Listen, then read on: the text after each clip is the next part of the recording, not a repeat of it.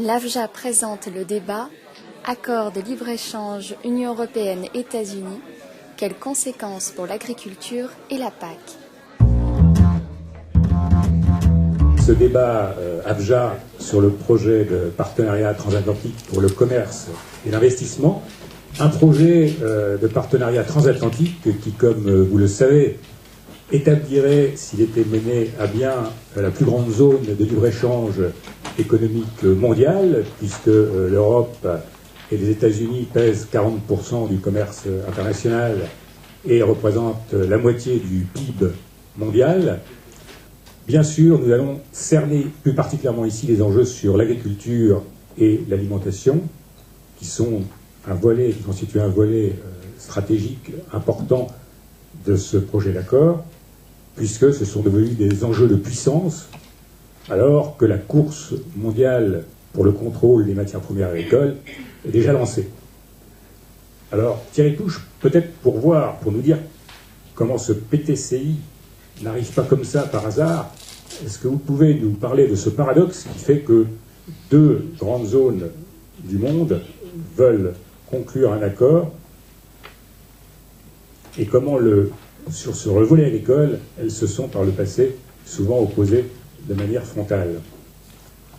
Le projet de système commercial universel, pour reprendre un petit peu l'ambition, l'espoir de pas mal d'économistes dès le XVIIIe siècle, à commencer par le français François Quesnay, ce système commercial universel a vraiment beaucoup de mal à voir le jour.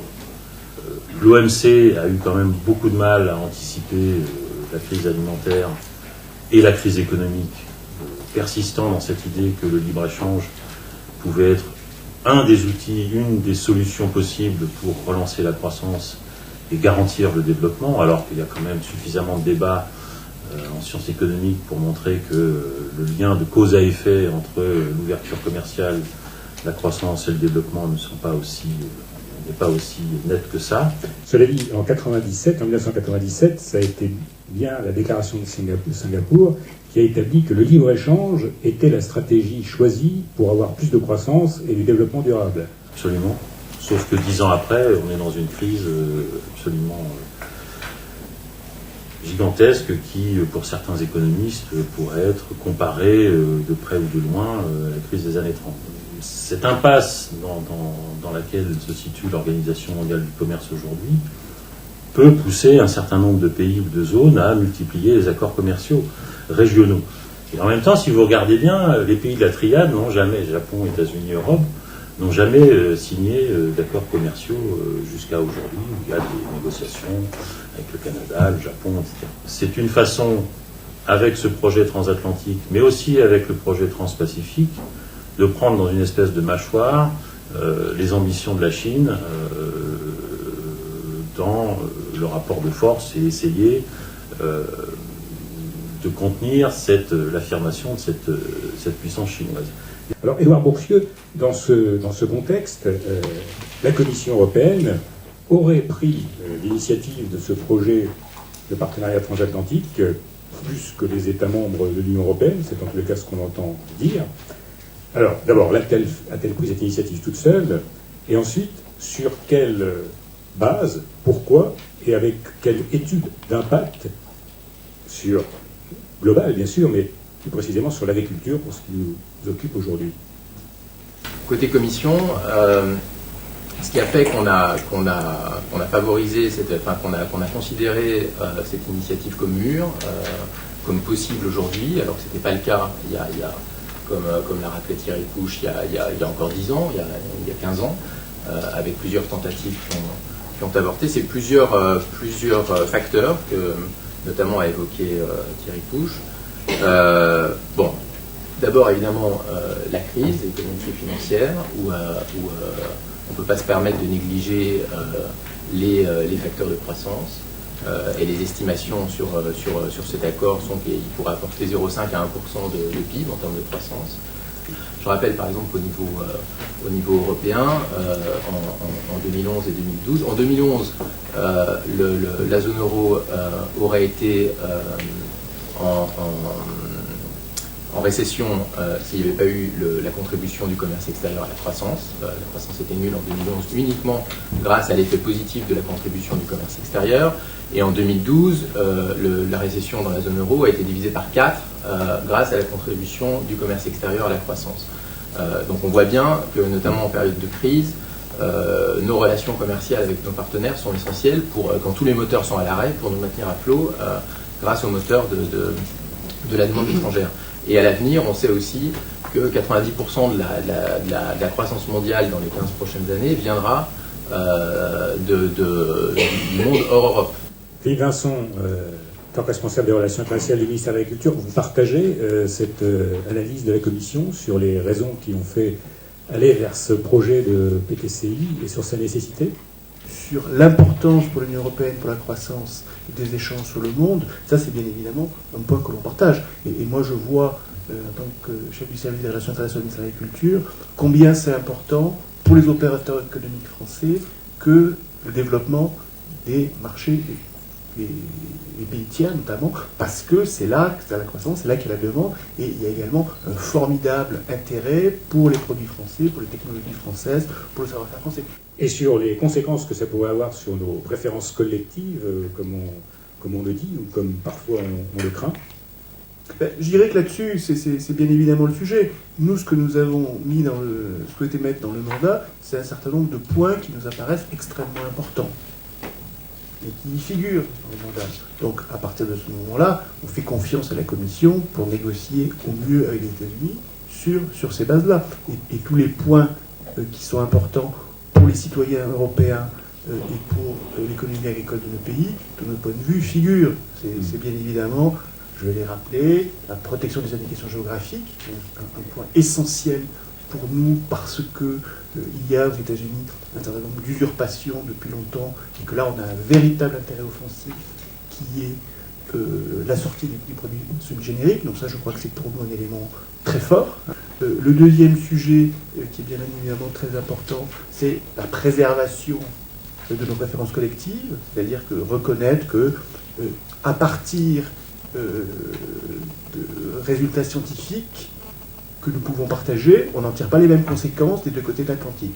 C'est des choix de société, c'est une volonté des citoyens, donc c'est des points sur lesquels nous considérons qu'il n'y a pas à transiger, sur lesquels il est important de bien les réaffirmer, et ça je crois que là-dessus, il y a un consensus communautaire extrêmement large sur ce sujet. Oui, mais il se dit quand même que les États-Unis souhaiteraient établir sur toute une série de secteurs un certain nombre de standards, et qui vous veulent d'ailleurs imposer à une Asie qui n'est pas très regardante, et que le partenariat avec l'Europe se ferait sur la base de ces standards transpacifiques, eux-mêmes assez très différents de ce qui est en vigueur dans notre vieille Europe.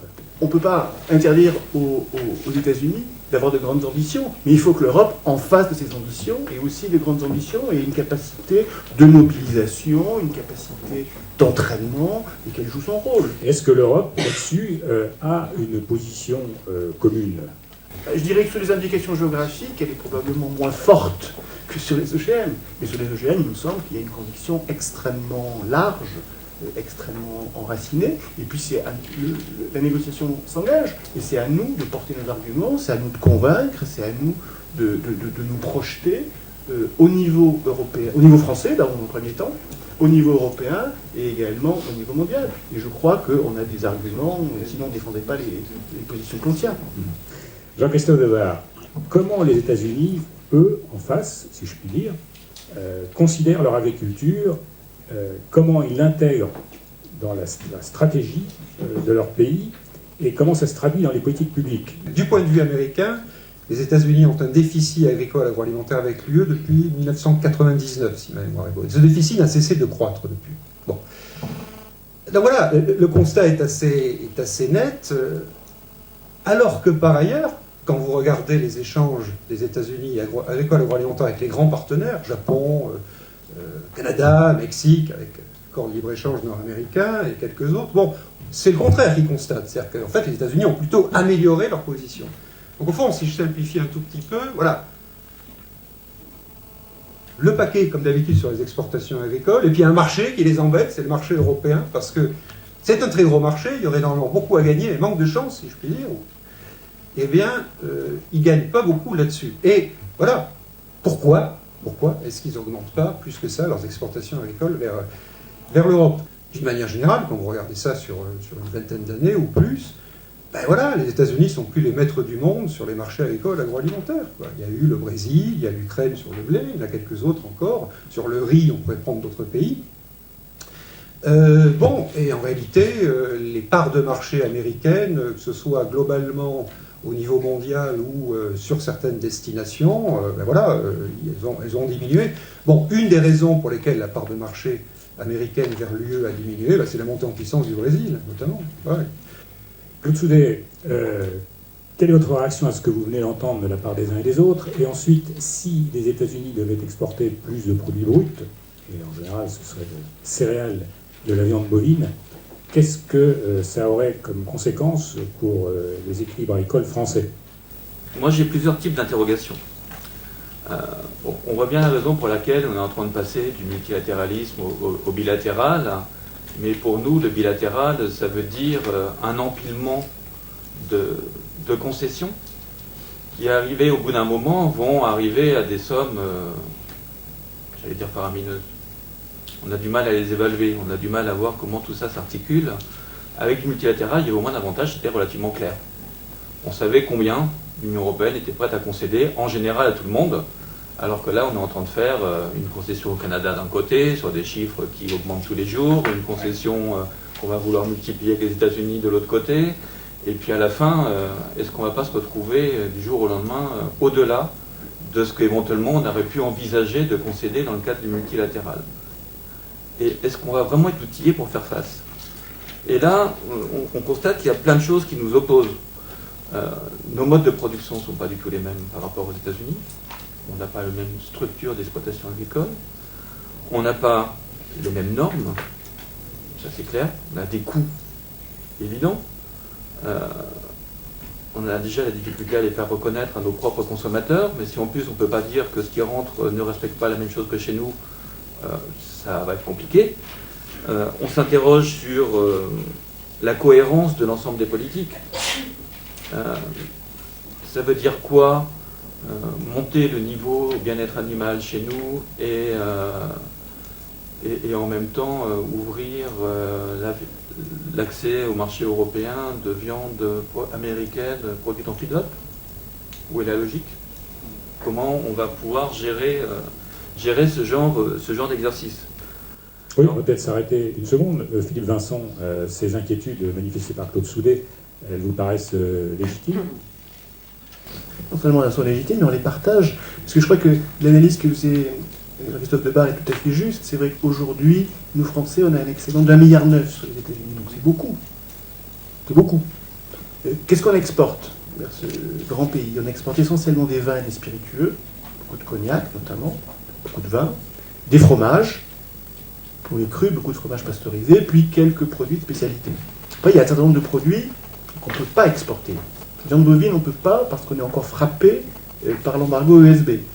Donc, ce qui veut dire qu'en matière de protectionnisme, en matière de distorsion, les Américains sont aussi extrêmement attentifs et qu'il faut qu'on soit très vigilant pour justement essayer de rééquilibrer ce genre de choses. La difficulté que l'on va avoir, c'est que démanteler les barrières tarifaires, c'est simple. C'est très simple. Démanteler des barrières non tarifaires et surtout les démanteler de manière efficace, ça nécessite beaucoup d'énergie et c'est très compliqué.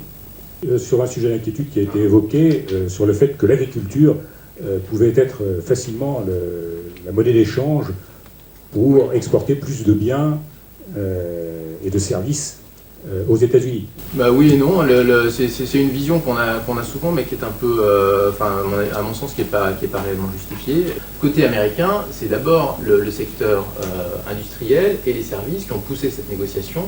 Et initialement, le Farm Bureau était plutôt réticent sur cette négociation. Ils ont des intérêts défensifs qui sont très importants dans le sucre, par exemple dans les produits laitiers, qui sont aussi des sujets évidemment où nous on a de gros intérêts offensifs. Donc il ne faut surtout pas voir cette négociation comme une situation où on est faible, on part perdant dans le domaine agricole et qu'on tout a gagné.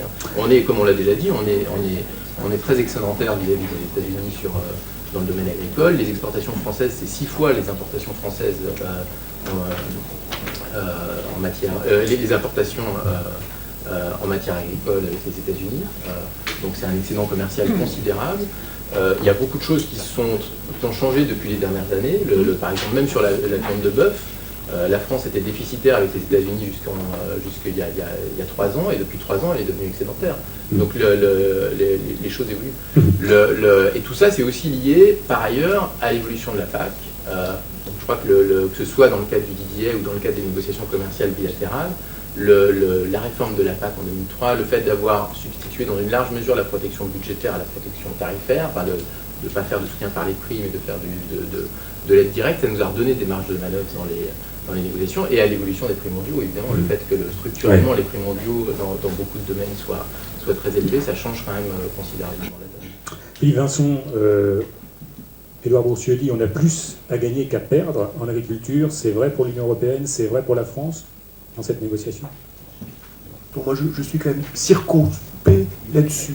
En revanche, je suis d'accord sur le fait qu'il faut bien identifier les intérêts défensifs américains et qu'on les porte, je dirais, et qu'on les cible et qu'on les attaque. C'est vrai qu'il y a toujours ce risque que sur l'agriculture, ou à tort ou à raison, dans l'opinion internationale, voire même dans l'opinion européenne, on considère qu'avec la politique agricole commune, les agriculteurs français et européens sont plus soutenus que d'autres, et que donc il y a peut-être plus de concessions à faire. Cette idée est une idée fausse à laquelle il faut tordre le cou. Donc je pense que le risque est quand même réel. C'est pour ça que nous, Français, on attaque cette négociation avec beaucoup de vigilance, parce que s'il n'y a pas cette vigilance, le risque existe.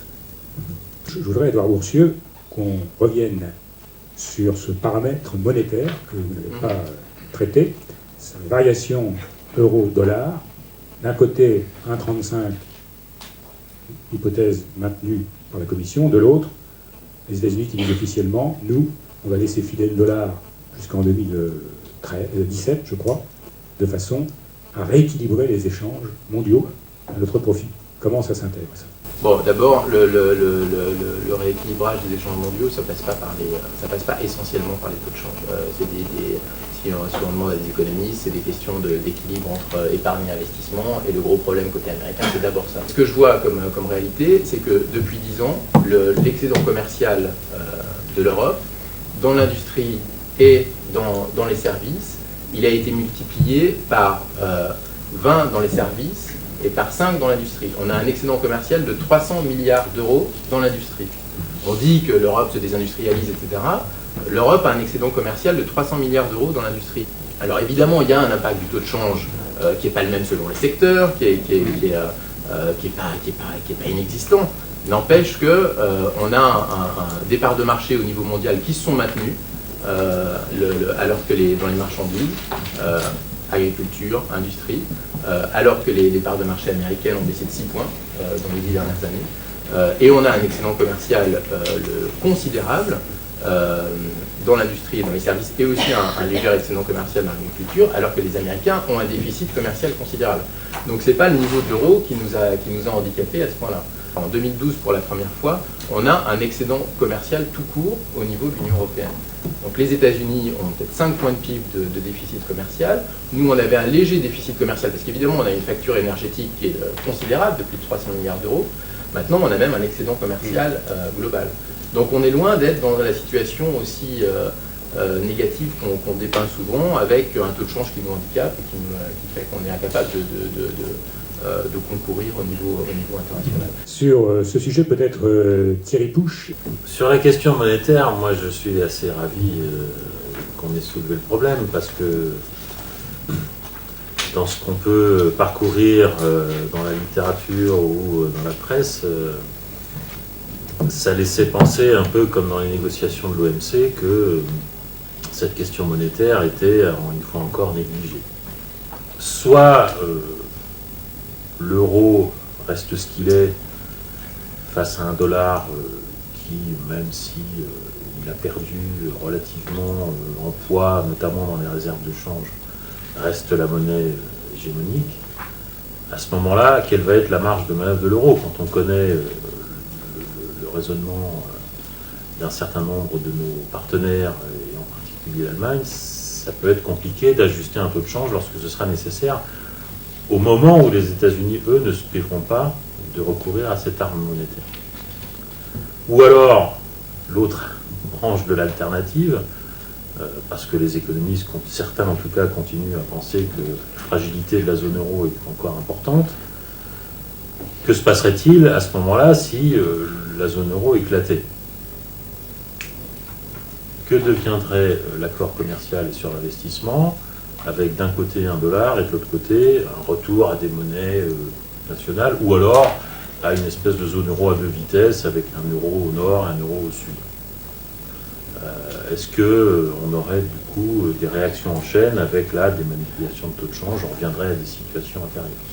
Donc moi je pense que là il y a une question vraiment importante, presque décisive dans cette négociation, de surtout ne pas négliger le taux de change. Jean-Christophe Debar, oui. Le point que je voudrais faire, c'est que quand on discute de ces accords bilatéraux, en fait, tout le soutien dit interne, dans la typologie OMC, autrement dit, les aides directes et les autres formes de soutien, ne sont pas touchés. Ne sont pas touchés. Ce qu'on supprime, c'est les mesures touchant au commerce, c'est les barrières tarifaires et les restitutions à l'exportation. Donc en fait, il y a une question intéressante à se poser. Imaginons que tout est libéralisé du point de vue tarifaire, supposons. Voilà donc d'un côté l'Union européenne, de l'autre les États-Unis, avec chacun leur système d'aide directe et d'autres formes de soutien direct. Bon. Il y a les questions assurantielles de gestion des risques qui n'existent pratiquement pas en Europe et qui sont déjà aujourd'hui, et peut-être encore plus demain, le fer de lance du soutien à l'agriculture aux États-Unis. Et le fait quand même que tout le monde ou presque aux États-Unis est d'accord pour supprimer les aides directes vous montre bien, je pense, que au fond, voilà, même les premiers intéressés, c'est-à-dire les agriculteurs américains, savent bien que l'enjeu, il n'est pas d'abord là. Il est d'abord sur le maintien, voire la consolidation de bons systèmes dits de gestion des risques, autrement dit un système assurantiel. Et ça, c'est pas touché, que je sache par l'accord. Ça devrait être touché à l'OMC. Manque de chance, c'est en panne à l'OMC. Donc, à un moment donné, peut-être qu'on aura en face l'un de l'autre, d'un point de vue du système de soutien à l'agriculture sous des formes dites directes, eh bien, une situation qui, dans le temps, c'est peut-être pas le cas aujourd'hui, quoi qu'on pourrait en discuter, mais dans le temps, dans les quelques années qui viennent, pourrait très bien se retrouver au détriment de la situation, au détriment de l'Union européenne. Hubert Brossieux. Si on prend maintenant en termes de capacité de négociation par rapport aux États-Unis, bon, on a encore pas négocié en bilatéral avec les États-Unis, donc on ne peut pas totalement préjuger, mais ce qu'on peut faire de manière intéressante, c'est comparer les résultats de nos négociations respectives avec les pays tiers. On est quand même la première puissance commerciale mondiale, il ne faut pas l'oublier non plus. On n'est pas tout à fait naïf et ouvert à tous les vents dans ces négociations. On est le premier partenaire de plus de 80 pays dans le monde, la moitié des membres de l'OMC. Les États-Unis, c'est le premier partenaire de 20 pays seulement. On n'est quand même pas tout à fait dans le même rapport avec la plupart des pays dans le monde. Et on est le deuxième partenaire de 40 autres pays. Donc premier partenaire de 80, deuxième de 40. Et si on regarde ces 40 autres pays, c'est pas très compliqué, c'est à chaque fois des pays qui sont à côté d'un géant. Donc c'est le Canada et le Mexique, donc naturellement le premier partenaire est les États-Unis, ou c'est l'Argentine avec le Brésil. Et ces gens-là, en général, ils sont extrêmement demandeurs d'approfondir leurs relations avec l'Union européenne, précisément pour sortir de leur dépendance vis-à-vis de leurs grands voisins. Et ça nous donne un levier qui est aussi considérable dans la négociation. Retrouvez l'actualité de l'AFJA sur afjablog.blogspot.fr.